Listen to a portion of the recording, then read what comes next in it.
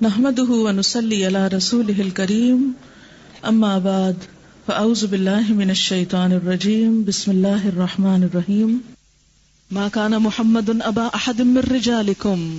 اس سے ایک چیز بتانا مقصود تھی، محمد تمہارے مردوں میں سے کسی کے باپ نہیں، وہ زید کے بھی باپ نہیں. زید کے باپ تو زید بن حارثہ ہیں، اس لیے جو پیچھے حکم ہے نا ادعوہم لآبائہم، ان کو باپ کے ناموں سے پکارو، تو پھر دوبارہ سے زید بن محمد کی بجائے حضرت زید کو زید بن حارثہ کہہ کے پکارا جانے لگا، ان کا نام درست کر دیا گیا.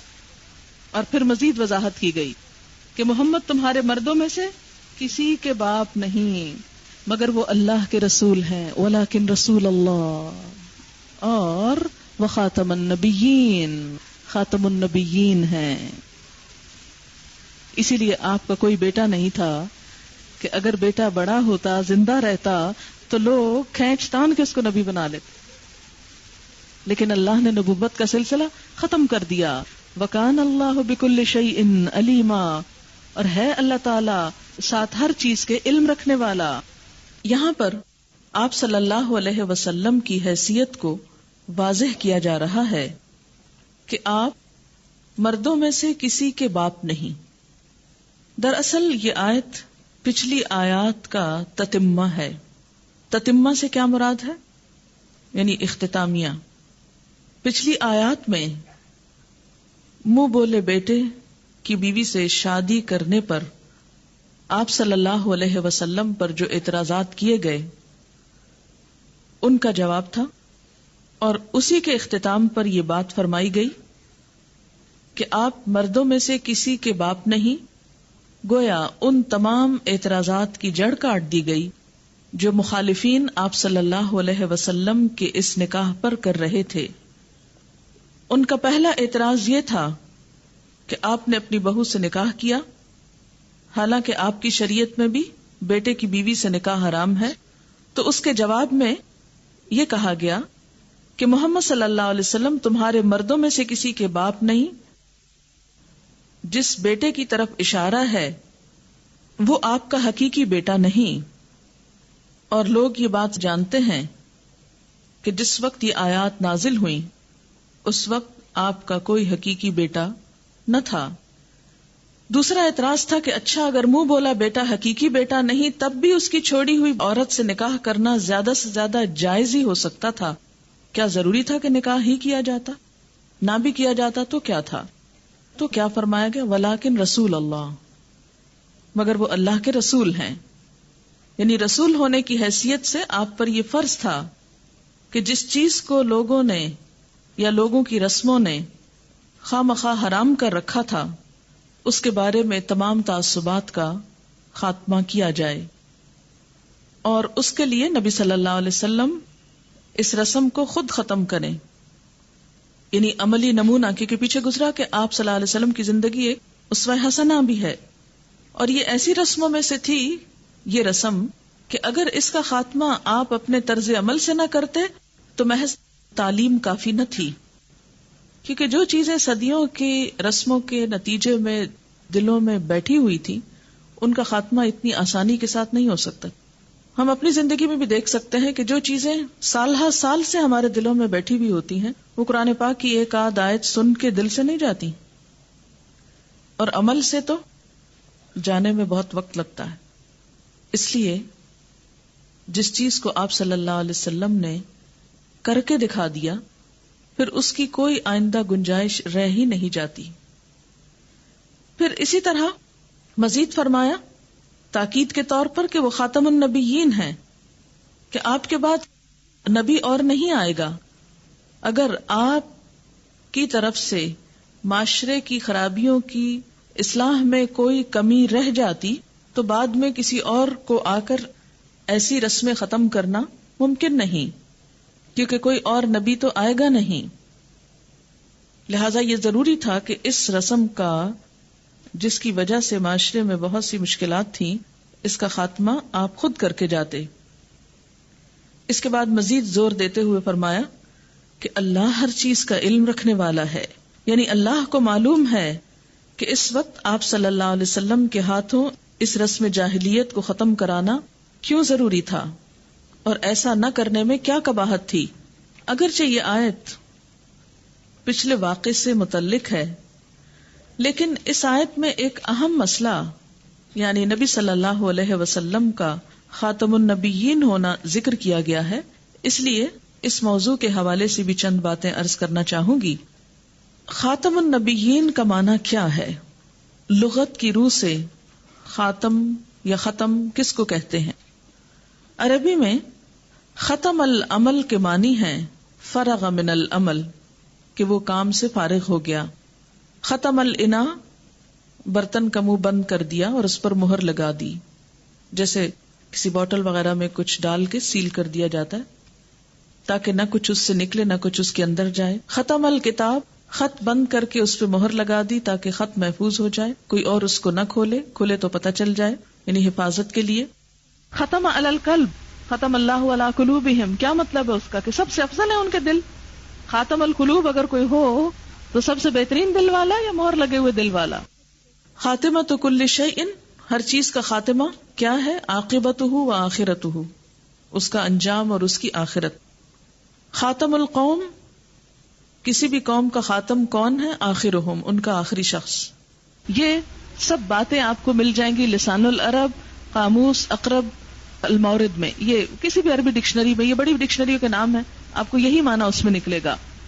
لیکن جن لوگوں نے آپ صلی اللہ علیہ وسلم کے بعد نبوت کو جائز اور روا قرار دیا ہے، انہوں نے اس کا لغوی معنی نہیں، میٹافوریکل معنی نکالا ہے.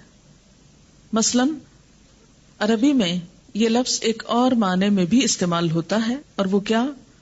خاتم الشعراء، خاتم الفقہاء، خاتم المفسرین. تو اس کا مطلب کیا ہے؟ معنی وہی ہے، لیکن مراد اس سے یہ کہ سب سے بڑا مفسر، سب سے بڑا شاعر، سب سے بڑا فقیہ. اس کا معنی کیا ہوا؟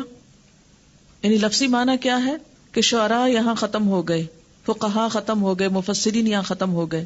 ٹھیک، تو بات یہ ہے کہ وہ اس کا صرف مجازی معنی ہے، ایک مبالغے پر مبنی. مثلا ہم یہ کہتے ہیں کہ فلاں پر تو شاعری ختم ہو گئی، تو اس کا یہ مطلب تھوڑی ہوتا ہے کہ وہ ختم ہو گئی. وہ کیا ہوتا ہے؟ اس کے بعد بھی شاعری ہوگی. یہ آپ جب کسی کو کہتے ہیں فلاں پہ شاعری ختم ہو گئی، یا مبالغے کے لیے کہہ رہے ہوتے ہیں، مجازی طور پہ کہہ رہے ہوتے ہیں، یا واقعی سچے دل سے حقیقی طور پہ کہہ رہے ہوتے ہیں؟ مبالغے کے طور پر. اور ادیبانہ انداز میں قرآن کے جب کسی لفظ کو آپ انٹرپریٹ کریں گے تو ادیبانہ انداز میں نہیں کریں گے، میٹافوریکلی نہیں کریں گے. ٹھیک ہے، کئی قرآن میں میٹافورز استعمال ہوئے ہیں، لیکن وہ اپنی مقام اور جگہ پر. یہاں خاتم النبیین حقیقی معنوں میں استعمال ہوا ہے، ختم ہونے کے معنوں میں. پھر اس کے بعد آپ دیکھیں کہ قرآن پاک کی یہ آیت ختم نبوت پہ بات کرتی ہے، لیکن اب اس سے لوگ کنفیوز ہو جاتے ہیں نا. آپ کو کیا سمجھ میں آئے؟ پہلا معنی میں نے اس کا لغوی کیا ہے، دوسرا میٹافوریکل کیا ہے. ٹھیک، میٹافوریکل سمجھتے ہیں آپ؟ مجازی معنی. آپ کو پہلے یہ تھوڑی سی وضاحت کر دوں کہ ایک لفظ کا ایک حقیقی معنی ہوتا ہے اور ایک مجازی معنی ہوتا ہے. حقیقی معنی کیا ہے؟ جو اس چیز کی اصل حقیقت ہے. مثلا آپ نے کھانا کھایا اور کھانا آپ کو پسند نہیں آیا، تو آپ کہتے ہیں زہر کھایا. اب یہ جو اس کھانے کو زہر کہہ رہے ہیں تو وہ زہر نہیں تھا، کھانے کا جو زہر آپ نے کہا تو یہ ایک مجازی معنی ہے. ٹھیک ہے نا؟ یہ شعر و شاعری میں عام طور پر استعمال ہوتا ہے. نبوت جیسے کاموں کے لیے مجازی معنی اس طرح استعمال نہیں ہوتے، وہاں لفظ کا حقیقی معنی استعمال ہوتے ہیں. اسی لیے جو لوگ ختم نبوت کا انکار کرتے ہیں، مجھے مرزا طاہر کی کچھ کیسٹ سننے کا اتفاق ہوا تو اس میں ختم نبوت پہ بھی انہوں نے بات کی ہوئی ہے، اور اس میں وہ کہتے ہیں کہ اگر یہ کہا جائے خاتم الشعراء اور خاتم الفقہاء تو اس کا یہ مطلب تو نہیں کہ فقہاء اور شعراء کا خاتمہ ہو گیا، اس کا مطلب یہ کہ سب سے افضل اور سب سے بہترین شاعر اور فقیہ. تو بات یہ ہے کہ وہ اس کا صرف مجازی معنی ہے، ایک مبالغے پر مبنی. مسلمان امت کی ایک بڑی اکثریت جو ہے وہ شروع سے اب تک اس کا یہی معنی سمجھتی رہی ہے کہ آپ کے بعد کوئی نبی نہیں. لیکن کچھ لوگوں نے اس کا دوسرا معنی لے کر کیا معنی کر دیا کہ نہیں اور نبی آ سکتے ہیں، اور اس سے بہت سارے لوگوں کو دھوکا ہو گیا.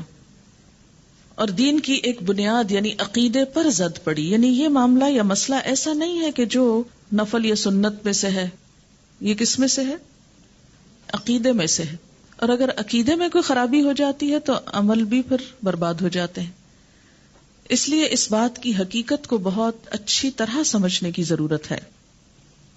اب آپ دیکھیے کہ کسی بھی لفظ کا معنی یعنی قرآن کی تفسیر کرتے ہوئے کیا کسی بھی لفظ یا آیت یا سورت کی تفسیر صرف لغت کے اعتبار سے کی جا سکتی ہے؟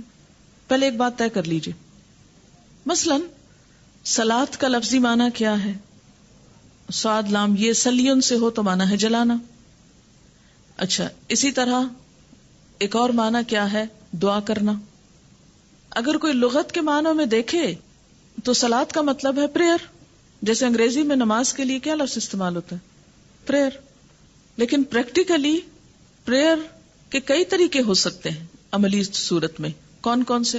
مثلا ہاتھ اٹھا کے دعا مانگ لینا، دل میں ہی بیٹھ کے دعا مانگ لینا، وضو کے ساتھ یا وضو کے بغیر دعا مانگ لینا، کوئی بھی چیز ہو سکتی ہے نا. ٹھیک ہے. اچھا، اب آپ دیکھیے کہ اگر کوئی شخص ایسا مطلب نکال کے نماز پڑھنا شروع کر دے اور کہے کہ صلاۃ کا مطلب ہے پریئر اور میں نے پرے کر لیا ہے بیٹھے بیٹھے، بس ختم بات، تو اس کی یہ انٹرپریٹیشن بظاہر تو درست لگتی کہ نہیں؟ اس میں لاجک تو ہے نا کہ اس نے لفظی مطلب نکالا اور اس کے اوپر عمل کر لیا، ختم ہو گئی بات. لیکن کیا ایسے شخص کے طرز عمل کو آپ درست کہیں گے؟ کیوں نہیں کہیں گے؟ پہلے یہ بات طے کر لیجیے، کیونکہ یہ عقیدے کا مسئلہ ہے. اس لیے میں اس موضوع کو اچھی طرح سمجھانا چاہتی ہوں آپ کو، تاکہ نہ آپ دھوکہ کھائیں کہیں اور نہ دھوکہ کھانے والے کھاتے رہیں.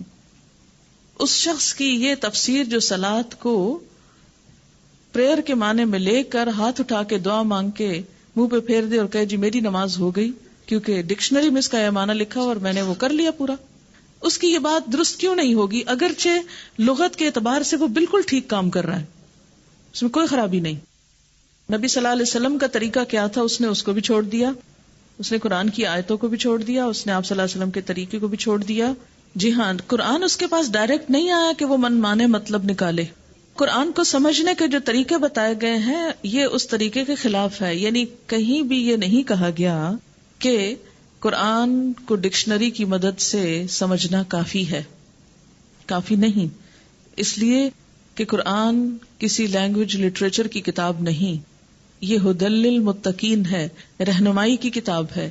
اور اس سے رہنمائی اسی وقت ہو سکتی ہے کہ جب اس کی عملی پہلو پر نظر ہو. کہ کسی بھی فیلڈ میں جو ٹرمینالوجی ہوتی ہے اس کے اسپیسیفک میننگ ہوتے ہیں. اصطلاحی معنی کا مطلب کیا ہوتا ہے کہ ایک خاص ٹرم ہے یہ، یعنی ٹرم کو آپ جنرلائز نہیں کر سکتے، اس کے کوئی بھی عام معنی نہیں آپ نکال سکتے. یا جس فیلڈ سے متعلق وہ لفظ ہوتا ہے اس کے کانٹیکس میں معنی نکالا جاتا ہے. خاتم النبیین ایک دین سے متعلق لفظ ہے، نہ کہ ادب سے متعلق کہ آپ اس کو ادبی لینگویج میں اس کا معنی تلاش کر لیں. یعنی یہ ٹرم اسلام کے کانٹیکسٹ میں ہے نہ کہ لینگویج کے. یعنی کچھ لفظ ایسے ہوتے ہیں کہ جو زبان کو حسن اور خوبی دینے کے لیے ہوتے ہیں، نہ کہ اس کے اصل معنی کے اظہار کے لیے. جیسے خاتم الشعراء جو ہے یہ کوئی حقیقی معنی نہیں بلکہ کیا ہے، ایک خوبی یا خوبصورتی کا معنی ہے. جیسے شعروں میں بہت سی مبالغہ آرائی ہوتی ہے. مثلا اگر یہ کہا جائے کہ بچے کو کہ میرا بچہ تو پھول ہے، اس کا کیا معنی ہوگا؟ وہ پھول نہیں ہے جو چیز پھول کے لیے استعمال ہوتی. اب آپ دیکھیے کہ اسی طرح جب خاتم النبیین کا لفظ آئے تو آپ کسی لغت دان سے بھی صرف نہیں پوچھیں گے، کسی ادیب سے ہی پوچھ کے نہیں بیٹھ جائیں گے، بلکہ کس سے پوچھیں گے؟ سب سے پہلے تو یہ دیکھیں گے کہ قرآن کی یہ آیت باقی آیات سے کتنی مطابقت رکھتی ہے. کیا اس کے اس معنی کو نکالنے میں باقی آیات مددگار ہیں یا نہیں ہیں؟ کیونکہ کسی بھی آیت کا ایک حصہ نکال کے اس سے معنی نہیں نکال سکتے آپ. دوسری بات یہ کہ نبی صلی اللہ علیہ وسلم نے قرآن کی جو تفسیر کی ہے کیونکہ سورۃ النحل میں آپ پڑھ چکے ہیں وَأَنزَلْنَا إِلَيْكَ الذِّكْرَ لِتُبَيِّنَ لِلنَّاسِ مَا نُزِّلَ إِلَيْهِمْ، ہم نے آپ کی طرف ذکر نازل کیا تاکہ آپ ان کے سامنے بیان کریں کہ ان کے لیے کیا نازل کیا گیا ہے. لِتُبَيِّنَ لِلنَّاسِ مَا نُزِّلَ إِلَيْهِمْ، کہ آپ واضح فرمائیں. تو آپ نے اس لفظ کی کیا وضاحت فرمائی ہے؟ کیا آپ کی کسی حدیث میں بھی یہ لفظ استعمال ہوا ہے؟ اور اگر ہوا ہے تو آپ نے اس کو کس کانٹیکسٹ میں استعمال کیا ہے؟ میٹافوریکلی، یا اگر ہم اس کو میٹافوریکل میننگ میں لیتے ہیں تو آپ دیکھیے کہ اس آیت کے کانٹیکسٹ میں یہ بات فٹ ہی نہیں ہوتی، کیونکہ آیت کے پچھلے حصے اور یہ آیت پچھلی آیات کے اختتامیہ کے طور پر پھر بے معنی ہو جاتی، کیونکہ یہاں اس بات کا کوئی کانٹیکسٹ بنتا ہی نہیں. ٹھیک ہے، چلیے اب ہم دیکھتے ہیں کہ نبی صلی اللہ علیہ وسلم نے اس کے بارے میں کیا فرمایا.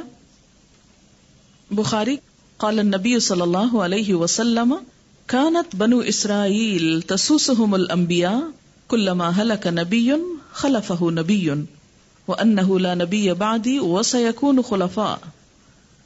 نبی صلی اللہ علیہ وسلم نے فرمایا بنی اسرائیل کی قیادت انبیاء کیا کرتے تھے.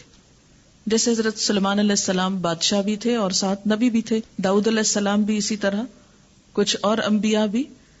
وہ جالوت اور طالوت کے واقعے میں بھی آپ کو معلوم ہوگا کہ ان کی قوم نے کیا کہا، کیونکہ وہ نبی بہت بوڑھے ہو گئے تھے تو قوم نے اپنے نبی سے مطالبہ کیا کہ ہمارے لیے کوئی بادشاہ مقرر کر دیجئے تاکہ ہم اللہ کے راستے میں جنگ کریں. یعنی نبوت اور بادشاہت جو ہے یہ الگ الگ ہو جائے، ہم دینی رہنمائی آپ سے لیتے رہیں اور جنگ کسی اور کی قیادت میں کر سکیں. تو اس سے کیا پتہ چلتا ہے کہ کانت بنو اسرائیل تسوسهم الانبیاء کلما ہلک نبی خلفہ نبی، جب کوئی نبی فوت ہو جاتا تو دوسرا نبی اس کا جانشین ہوتا، مگر میرے بعد کوئی نبی نہ ہوگا بلکہ خلفاء ہوں گے. اسی طرح بخاری کتاب المناقب، نبی صلی اللہ علیہ وسلم نے فرمایا میری اور مجھ سے پہلے گزرے ہوئے انبیاء کی مثال ایسی ہے جیسے ایک شخص نے ایک عمارت بنائی اور خوب حسین و جمیل بنائی، مگر ایک کونے میں ایک اینٹ کی جگہ چھوٹی ہوئی تھی. لوگ اس عمارت کے گرد پھرتے اور اس کی خوبی پر اظہار حیرت کرتے، مگر کہتے تھے کہ اس جگہ اینٹ کیوں نہ رکھی گئی؟ تو وہ اینٹ میں ہوں اور میں خاتم النبیین ہوں، یعنی میرے آنے پر نبوت مکمل ہو گئی ہے. تو اس سے بھی کیا پتہ چلتا ہے کہ آپ صلی اللہ علیہ وسلم نے یہ لفظ جب خود فرمایا وَأَنَا خَاتَمُ النَّبِيِّينَ، تو آپ نے یہ نہیں فرمایا کہ میں سب سے بڑا ہوں انبیاء میں، اب وہ تو ہے ہی، اس میں تو کوئی شک ہی نہیں، لیکن لفظ خاتم النبیین بڑے کے معنوں میں استعمال نہیں ہوا، بلکہ کانٹیکسٹ میں اس حدیث میں بھی آخری کے معنوں میں، اور پوری اگزامپل کے ساتھ بات سمجھائی کہ عمارت مکمل ہو چکی تھی، صرف ایک اینٹ باقی تھی اور وہ اینٹ میں ہوں. اسی طرح صحیح مسلم میں آتا ہے اور وہاں پر 4 حدیثیں ہیں، اور آخری حدیث میں جو الفاظ ہیں وہ یہ ہیں جئت فختمت الانبیاء، میں آیا اور میں نے انبیاء کا سلسلہ ختم کر دیا. اچھا، اس کا یہ مطلب تو نہیں اب یہ ہو سکتا ختمت الانبیاء کا کہ میں نے ان کو بڑا کر دیا. اب یہاں بھی کیا معنی نکالیں گے آپ؟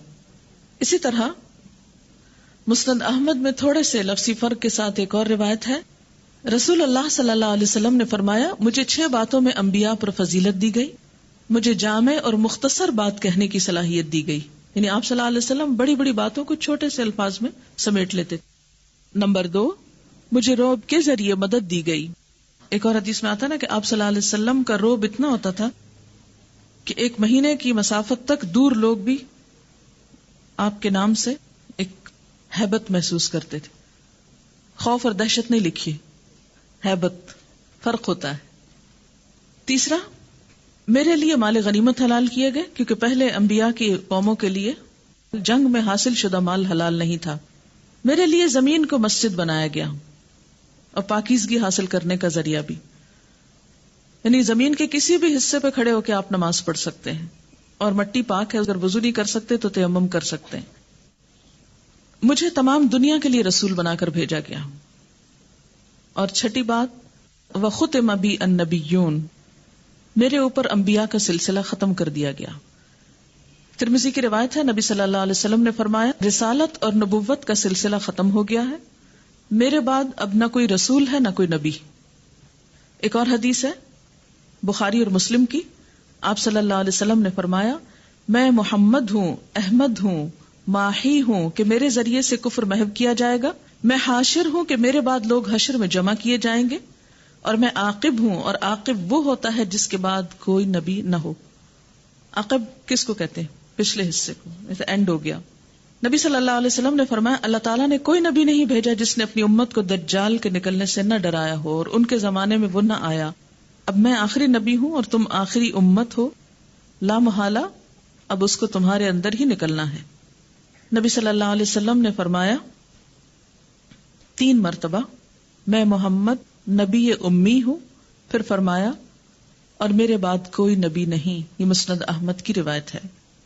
مسند احمد ہی کی ایک اور روایت ہے، آپ نے فرمایا میرے بعد کوئی نبوت نہیں، صرف بشارت دینے والی باتیں ہیں۔ عرض کیا گیا وہ باتیں کیا ہیں؟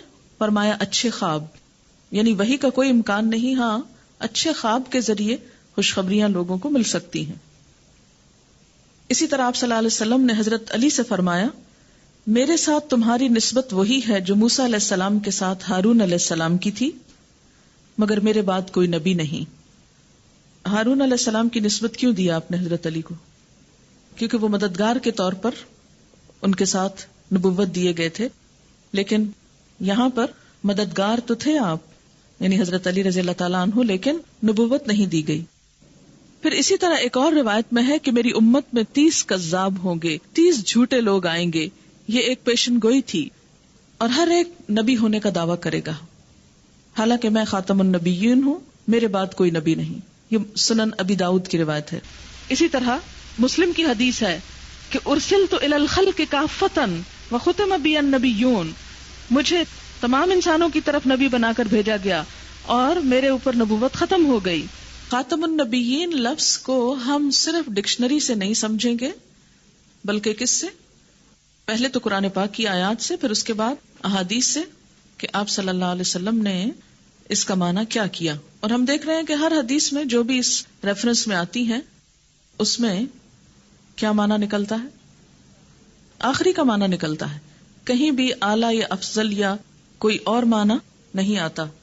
اس کے بعد ہم دیکھیں گے کسی بھی بات کو سمجھنے کے لیے کہ صحابہ کرام نے اس کو کیسے سمجھا، کیونکہ سب سے پہلے شاگرد تو آپ کے وہی تھے۔ انہوں نے کیا سمجھا؟ اگر انہوں نے کوئی ایسی بات سمجھی ہوتی تو ہم تک پہنچتی۔ اس میں ہم سب سے پہلے مسلمہ کذاب کا واقعہ دیکھتے ہیں۔ یہ شخص نبی صلی اللہ علیہ وسلم کی نبوت کا منکر نہیں تھا، لیکن اس کا دعویٰ یہ تھا کہ اسے حضور صلی اللہ علیہ وسلم کے ساتھ شریک نبوت بنایا گیا ہے۔ اس نے آپ صلی اللہ علیہ وسلم کی وفات سے پہلے ایک خط آپ کو لکھا، اس کے الفاظ ہیں، من مسیلمہ رسول اللہ الی محمد رسول اللہ سلام علیک فانی اشرکت فی الامر معک۔ مسلمہ رسول اللہ کی طرف سے محمد رسول اللہ کی طرف آپ پر سلام ہو، آپ کو معلوم ہو کہ میں آپ کے ساتھ نبوت کے کام میں شریک کیا گیا ہوں۔ لیکن آپ کو معلوم ہے کہ اس شخص کے ساتھ پھر کیا معاملہ کیا گیا تھا۔ طبری ایک مورخ ہے، اس نے یہ روایت بھی بیان کی ہے کہ مسلمہ کے ہاں جو آذان دی جاتی تھی اس میں اشہد ان محمد رسول اللہ کے الفاظ بھی کہے جاتے تھے، لیکن اس کے اس اقرار کے باوجود اسے کافر اور خارج از ملت قرار دیا گیا، اور یہ بات تاریخی طور پر ثابت ہے کہ اس کے خلاف جنگ کی گئی تھی۔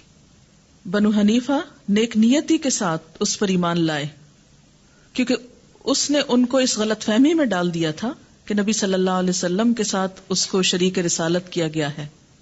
قرآن کی آیات کو ان کے سامنے مسلمہ پر نازل شدہ آیات کی حیثیت سے ایک شخص نے پیش کیا جو مدینہ طیبہ سے قرآن کی تعلیم حاصل کر کے گیا تھا۔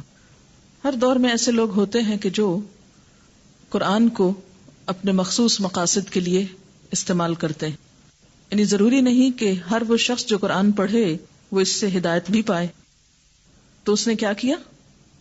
مسلمہ کی آیات کہہ کر کہ یہ وہی مسلمہ پر اتری ہے اس کی طرف سے پیش کر دی۔ صحابہ کرام نے نہ اسے مسلمان تسلیم کیا اور اس پر فوج کشی بھی کی، اور بغاوت کے جرم میں اس سے جنگ کی تھی. حضرت ابوبکر کے دور میں یہ ہوا تھا، اور انہوں نے یہ بھی کہا تھا کہ ان کی عورتوں اور بچوں کو بھی غلام بنایا جائے گا. کہا جاتا ہے، ایک تاریخی روایت ہے کہ انہی میں سے ایک لونڈی حضرت علی کے حصے میں آئی تھی، جس کے بطن سے تاریخ اسلام کی مشہور شخصیت محمد بن حنفیہ نے جنم لیا تھا. حنفیہ سے مراد یہاں کیا؟ بنو حنیفہ کی عورت. اب اس کے بعد ہم دیکھیں گے کہ شروع سے علماء امت کیا کہتے رہے ہیں اس معاملے میں. ٹھیک ہے، پہلی صدی سے لے کر آج تک ہر زمانے کے اور پوری دنیا اسلام میں ہر ملک کے علماء اس عقیدے پر متفق ہیں کہ نبی صلی اللہ علیہ وسلم کے بعد کوئی شخص نبی نہیں ہو سکتا، اور یہ بھی کہ جو اس چیز کا دعویٰ کرے گا یا اس کو مانے وہ کافر خارج از ملت اسلام ہے.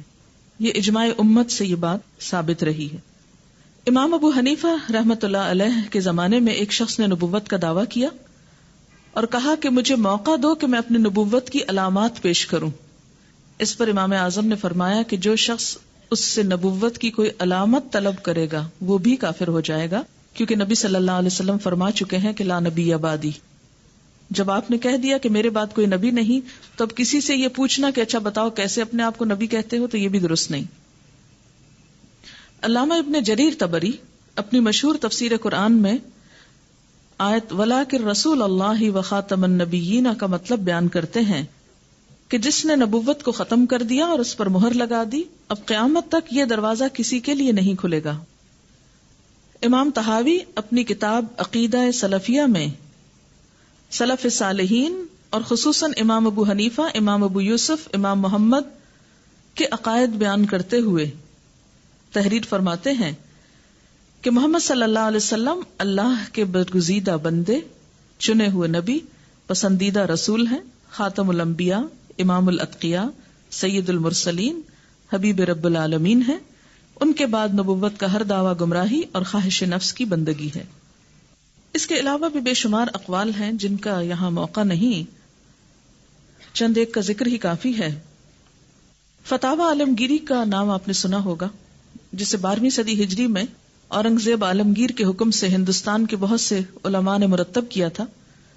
اس میں بھی لکھا ہے کہ اگر آدمی یہ نہ سمجھے کہ محمد صلی اللہ علیہ وسلم آخری نبی ہیں تو وہ مسلم نہیں، اور اگر وہ کہے کہ میں اللہ کا رسول ہوں یا میں پیغمبر ہوں تو اس کی تکفیر کی جائے گی.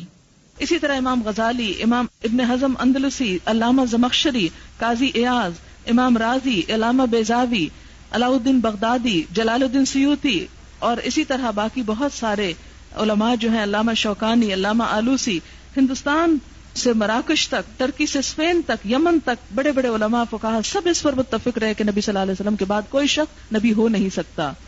اسی طرح جدید دور کے مفسرین کی تفسیریں آپ اٹھائیں تو خاتم النبیین کا معنی ہر جگہ آپ کو یہی ملے گا کہ آپ صلی اللہ علیہ وسلم کے بعد کوئی اور نبی یا رسول نہیں آئے گا. یہ مسئلہ اس لیے جاننا ضروری ہے کہ خاص طور پر ہمارے ہاں پاکستان اور ہندوستان میں قادیانیت کا جو مسئلہ اٹھا، ختم نبوت سے جو بغاوت ہوئی، اس کے اثرات کافی حد تک موجود ہیں اور کسی نہ کسی رنگ سے لوگوں کو اس سے واسطہ پڑتا رہتا ہے. تو اس لیے اس مسئلے کو اگر آپ سمجھ لیں تو باقی چیزیں بھی سمجھ آ جائیں گی. خاتم النبیین کا جو مطلب ہے وہ ہے نبیوں کی مہر، خاتم مہر، لیکن یہ مہر سٹیمپ کے معنوں میں نہیں، سیل کے معنوں میں ہے کہ جیسے کسی چیز کو سیل کر دیا جائے تو پھر نہ اس کے اندر سے کچھ نکل سکتا ہے اور نہ ہی اس کے اندر کوئی اور جا سکتا ہے، بس ختم ہو گیا، سلسلہ منقطع ہو گیا اندر اور باہر کی چیز کا. لیکن ختم نبوت کے منکرین نے اس کا غلط مطلب نکالا اور کہا سٹیمپ ہے کہ آپ کی سٹیمپ سے اب باقی نبی آ رہے ہیں. تو پہلے نبی کس کی سٹیمپ سے آئے تھے؟ کیا نبوت کے لیے سٹیمپ کی ضرورت ہے؟ ان ساری باتوں کے باوجود کچھ لوگوں نے صرف زبان کے ہیر پھیر سے ایک شخص کو اس صدی میں، اسی خطے میں نبوت کے درجے پہ لا کھڑا کیا. بات یہ ہے کہ جتنے بھی پچھلے انبیاء آئے انہوں نے اپنے بعد آنے والے نبی کی خبر دی واضح الفاظ میں. جیسے حضور صلی اللہ علیہ وسلم کے بارے میں ہمیں ملتا ہے کہ پچھلی کتابوں میں سے تقریباً ہر کتاب میں آپ کا تذکرہ موجود تھا، آپ کی آمد کی پیشن گوئیاں اور خبریں موجود تھیں، لیکن نبی صلی اللہ علیہ وسلم نے اپنے بعد کسی اور نبی کے آنے کی کوئی خبر نہیں دی. تو اس سے کیا بات پتہ چلتی ہے کہ کوئی نبی اور آ نہیں سکتا، اور اگر واقعی کسی نے آنا تھا نعوذ باللہ، تو پھر کیا اللہ تعالیٰ کو ہمارے ایمان سے کوئی دشمنی تھی کہ ہمیں بتایا ہی نہ پہلے سے، اور یکایک ایک شخص کو بھجوا دیا؟ لیکن اللہ تعالیٰ سے ایسے کسی ظلم اور ناانصافی کی توقع نہیں کی جا سکتی. اور اگر عقلی لحاظ سے بھی دیکھا جائے تو اب کسی نبی کے آنے کی کوئی ضرورت محسوس نہیں ہوتی. دنیا میں بے شمار نبی آئے، کوئی بھی نبی جن حالات میں آتا ہے وہ مدرجہ ذیل حالتوں میں سے کوئی ایک حالت ہو سکتی ہے. نمبر 1، کسی خاص قوم میں نبی بھیجنے کی ضرورت اس لیے آتی ہے کہ اس سے پہلے وہاں پر کوئی نبی نہ آیا ہو، اور کسی دوسری قوم کے نبی کا بھی پیغام وہاں نہ پہنچا ہو. دوسری بات یہ کہ اس وقت نبی بھیجا جاتا ہے کسی قوم میں جب پچھلے نبی کی تعلیمات پوری طرح بھلا دی گئی ہوں، محفوظ نہ رہی ہوں. لیکن ہم دیکھتے ہیں کہ نبی صلی اللہ علیہ وسلم کو دی جانے والی کتاب بھی محفوظ ہے اور آپ کی تعلیمات بھی محفوظ ہیں. اس لیے اگر کوئی نیا نبی آتا بھی ہے تو اس نے آ کے کرنا کیا؟ اور نبی کا کام کیا ہوتا ہے؟ آ کے کتاب دینا، تعلیم دینا، تربیت کرنا. تو جب کتاب پہلے سے ہی موجود ہے محفوظ، تو پھر نبی کی تو ضرورت نہیں، علماء اور صلحاء ہی کافی ہیں. نئے دور میں ایسے لوگ کافی ہیں کہ جو لوگوں کی تعلیم اور تربیت کریں. پھر اسی طرح یہ ہے کہ بعض اوقات ایک نبی کی تعلیمات تو ہو سکتی ہیں کسی حد تک، لیکن وہ مکمل نہ ہوں.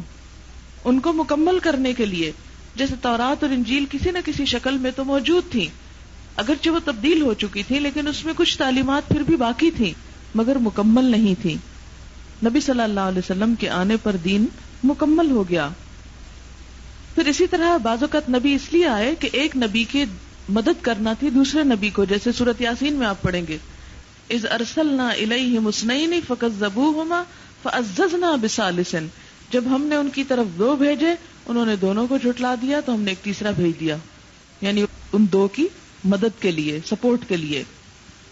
قرآن پاک میں آپ یہ آیت پڑھ چکے ہیں کہ نبی صلی اللہ علیہ وسلم کو تمام مخلوق کے لیے بھیجا گیا، رحمت للعالمین.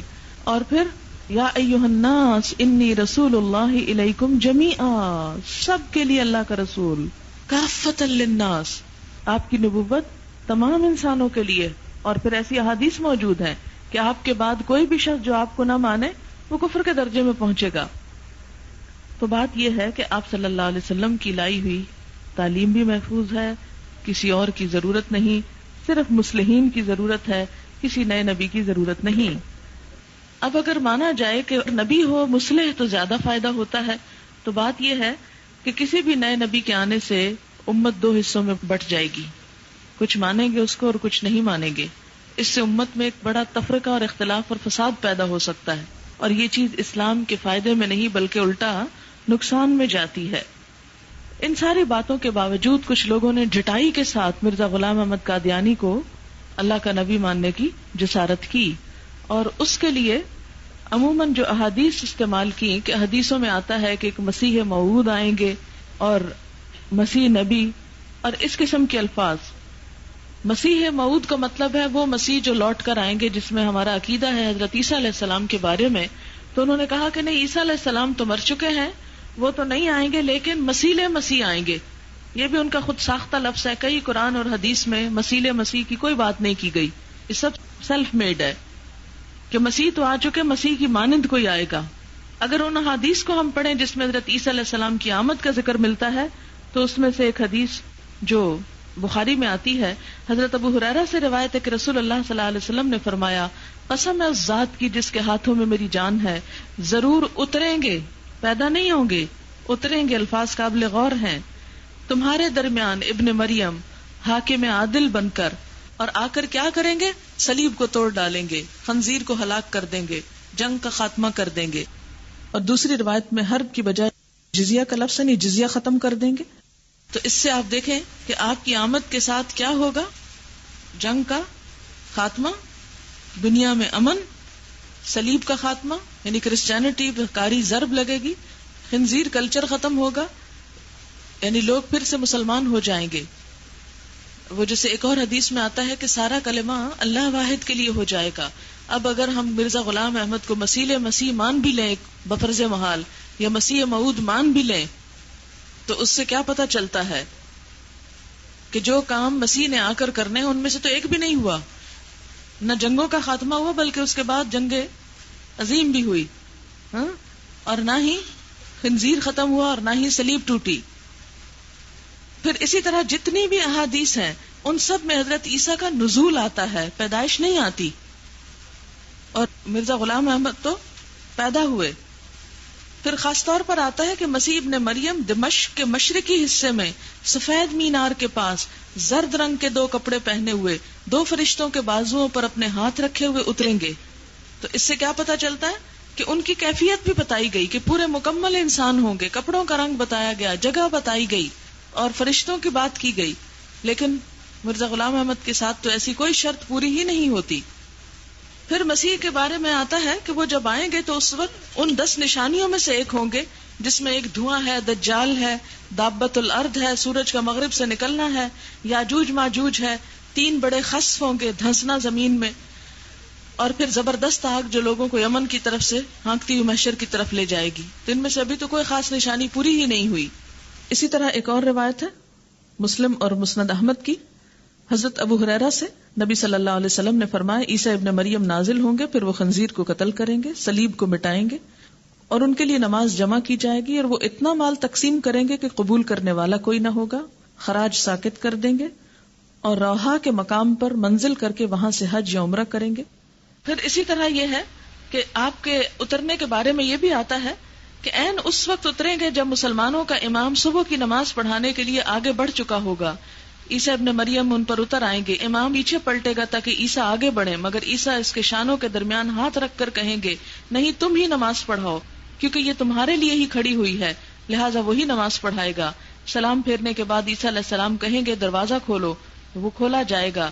باہر دجال 70,000 مسلح یہودیوں کے ساتھ موجود ہوگا. جو ہی کہ عیسیٰ علیہ السلام پر اس کی نظر پڑے گی وہ اس طرح گھلنے لگے گا جیسے نمک پانی میں گھلتا ہے، وہ بھاگ نکلے گا. عیسیٰ کہیں گے میرے پاس تیرے لیے ایک ایسی ضرب ہے جس سے تو بچ کر نہ جا سکے گا. پھر وہ اسے لد کے مشرقی دروازے پہ جا لیں گے اور اللہ یہودیوں کو ہرا دے گا، اور زمین مسلمانوں سے اس طرح بھر جائے گی جیسے برتن پانی سے بھر جاتا ہے. سب دنیا کا کلمہ ایک ہوگا، اللہ کے سوا کسی کی عبادت نہ ہوگی. حالت یہ ہوگی کہ درخت اور پتھر پکار اٹھیں گے کہ اے روح اللہ، یہ یہودی میرے پیچھے چھپا ہوا ہے، دجال کے پیروں میں سے کوئی نہ بچے گا جسے وہ قتل نہ کر دے. ایک اور روایت میں غرقد کے درخت کے بارے میں آتا ہے کہ صرف غرقد کا درخت لوگوں کو چھپا سکے گا. اور آپ نے بھی سنا ہوگا کہ اسرائیل میں یہ درخت اتنی کثرت سے اگایا گیا ہے کیونکہ بہرحال وہ یہ تو جانتے تھے کہ حضور صلی اللہ علیہ وسلم سچے نبی ہیں اور آپ کی باتیں جھوٹی نہیں ہو سکتی.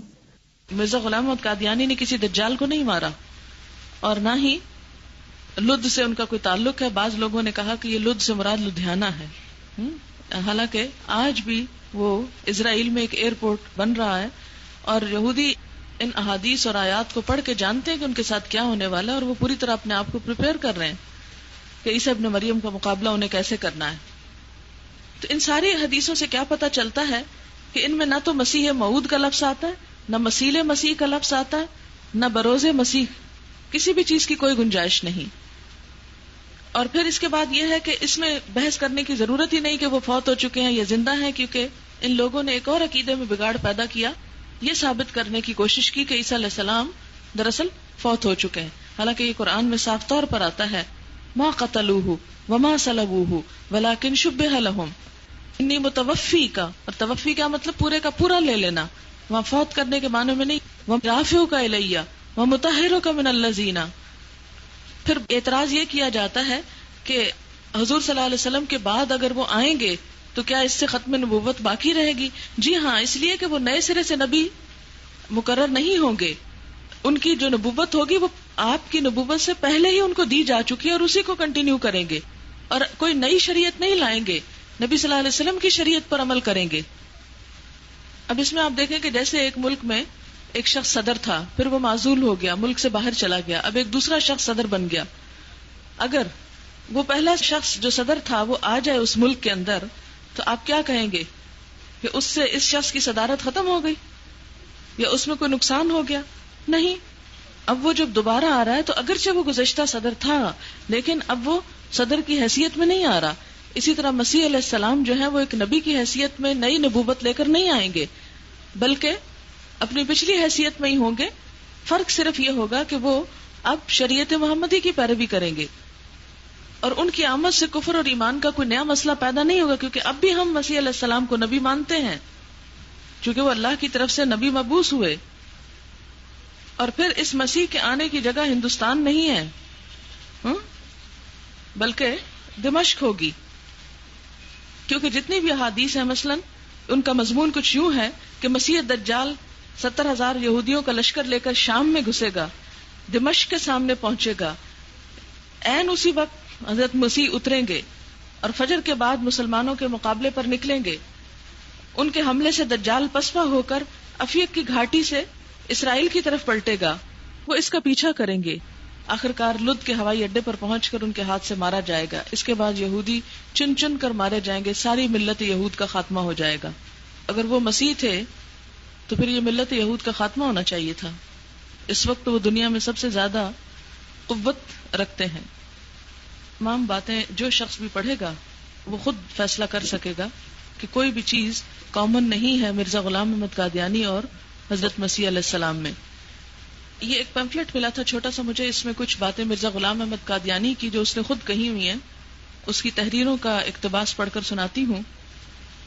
مرزا غلام احمد قادیانی نے جھوٹے دعوی نبوت سے پہلے تو اپنے آپ کو مسیح موعود اور عیسیٰ علیہ السلام بنانے کی کوشش کی، اور اس کوشش میں اپنی ذات کو عیسیٰ علیہ السلام کی ذات سے بڑا اور بہتر ثابت کرنے کے لیے حضرت عیسیٰ کے بارے میں توہین آمیز فکرے استعمال کیے کہ کسی بھی مذہب کے ماننے والے اس قسم کے توہین آمیز جملے کسی پیغمبر کے بارے میں سننا پسند نہ کریں. یہ تو کسی مرتد اور زندیق کی زبان سے ادا ہو سکتے ہیں. اس میں ہم دیکھتے ہیں کہ کیا کہتا ہے عیسیٰ علیہ السلام کو. مرزا غلام احمد قادیانی لکھتا ہے روحانی خزائن جلد 1 صفحہ 299 یعنی 289 میں کہ عیسیٰ علیہ السلام کو گالیاں دینے کی اور بدزبانی کی اکثر عادت تھی. ادنا ادنا بات میں غصہ آ جاتا تھا، اپنے نفس کو جذبات سے روک نہ سکتے، مگر میرے نزدیک آپ کی یہ حرکات جائے افسوس نہیں، کیونکہ آپ تو گالیاں دیتے تھے اور یہودی ہاتھ سے کسر نکال لیتے تھے. یعنی آپ تو صرف گالیاں دیتے تھے اور یہودی ہاتھ سے کسر نکالتے. یہ بھی یاد رہے کہ عیسیٰ علیہ السلام کو اس قدر جھوٹ بولنے کی عادت بھی. پھر لکھتا ہے نہایت شرم کی بات ہے کہ آپ نے پہاڑی تعلیم کو جو انجیل کا مغز کہلاتی یہودیوں کی کتاب تالمود سے چرا کر لکھا ہے اور پھر ایسا ظاہر کیا گویا یہ میری تعلیم ہے. یہ بھی روحانی خزائن ہی سے پیراگراف لیا گیا ہے. اسی طرح ایک اور پیراگراف ہے، آپ عیسیٰ علیہ السلام کا خاندان بھی نہایت پاک اور مطہر ہے. 3 دادیاں اور نانیاں آپ کی زناکار اور کسبی عورتیں تھیں جن کے خون سے آپ کا وجود ظہور پذیر ہوا، مگر شاید یہ بھی خدائی کے لیے ایک شرط ہوگی. اور اس کے علاوہ جو الفاظ ہیں وہ نہیں پڑھے جا سکتے. یہ لکھتا ہے کہ یورپ کو لوگوں کو جس قدر شراب نے نقصان پہنچایا اس کا سبب تو یہ تھا کہ عیسیٰ علیہ السلام شراب پیتے تھے، کسی پرانی عادت کی وجہ سے یا بیماری کی وجہ سے. پھر اسی طرح خدا نے اس امت میں سے مسیح موعود کو بھیجا جو اس پہلے مسیح سے اپنی تمام شان میں بہت بڑھ کر ہے، اور اس نے دوسرے مسیح کا نام غلام احمد رکھا. اور پھر ایک اور شعر ہے ابن مریم کے ذکر کو چھوڑو اس سے بہتر غلام احمد ہے. یہ روحانی خزائن ہے. یہ کتاب جو ہے عام جگہوں سے آپ کو اویلیبل نہیں ہو سکتی کیونکہ قادیانیوں کی کچھ کتابیں ایسی ہیں کہ جو مارکیٹ میں نہیں ملتی، صرف یہ ان خاص خاص لوگوں کے پاس ہوتی ہیں جو مکمل طور پر ان پر ایمان لے آتے ہیں. کوئی سوال جو آپ کے ذہن میں ہو؟ ان کا سوال یہ ہے کہ ان احادیث کے علاوہ کیا قرآن پاک کی کسی آیت میں ایسا کوئی اشارہ موجود ہے کہ حضرت عیسیٰ علیہ السلام آئیں گے؟ 6 پارے میں کہاں پر؟ النساء 157 بل رفعہ اللہ الیہ وکان اللہ عزیزا حکیما وان من اہل الکتاب الا لیؤمنن بہ قبل موتہ ویوم القیامۃ یکون علیہم شہیدا. اور اہل کتاب میں سے کوئی ایسا نہیں ہوگا کہ جو اس پر ایمان نہ لائے اس کی موت سے پہلے. اس کی موت سے پہلے سے مراد کیا؟ حضرت عیسیٰ علیہ السلام کی موت سے پہلے، یعنی دنیا میں آ کر جب وہ دوبارہ جائیں گے تو کیا ہوگا؟ یہود و نصارہ سب ان پر ایمان لے آئیں گے. ایک اور حدیث میں آتا ہے نا کہ ساری دنیا میں ایک ہی کلمہ ہوگا، ایک ہی سجدہ ہوگا، یعنی اسلام پھر کثرت سے پھیل جائے گا. لیکن حضرت عیسیٰ علیہ السلام جو پہلی دفعہ دنیا سے گئے ہیں تو اس وقت تو کوئی ایسی چیز نہیں تھی، سب تھوڑی ایمان لائے تھے. کتنے لوگ تھے آپ پہ ایمان لانے والے؟ 12. حواریوں کی تعداد 12 بتائی جاتی. باقی تو سب آپ کے مخالف گروپ میں سے تھے. انبیاء علیہ السلام کو آپس میں کمپیئر کرنا ہی نہیں چاہیے کہ کس کے پاس کیا معجزہ تھا. جو جس کو دیا اللہ تعالیٰ نے دیا، اور ہمیں منع کیا گیا لا نفرق بین احد منہم، ہمیں ان کے درمیان فرق نہیں کرنا کہ کون زیادہ اچھا تھا، کون زیادہ بڑا تھا اور کون کم بڑا تھا. اچھا، پھر آپ دیکھیے کہ بعض لوگوں نے یہ بھی کہا کہ حضرت عیسیٰ علیہ السلام تو اب تک زندہ ہوں اور ہمارے نبی فوت ہو چکے ہوں، اس سے تو بڑی توہین لازم ہوتی ہے، لہٰذا اس میں پھر اور باتیں نکلے. اس میں آپ دیکھیے کہ جس چیز کو ہم موت کہتے ہیں نا، وہ موت ایسی چیز نہیں ہے کہ جس میں فنا ہے، وہ اس دنیا سے اس دنیا میں چلے جانے کا نام ہے. ٹھیک ہے. اور انبیاء علیہ السلام کے ساتھ تو ظاہر اللہ کے خاص بندے تھے، خاص ہی معاملہ ہوگا. وآخر دعوانا ان الحمد للہ رب العالمین. سبحانک اللہم وبحمدک نشہد ان لا الہ الا انت نستغفرک ونتوب الیک.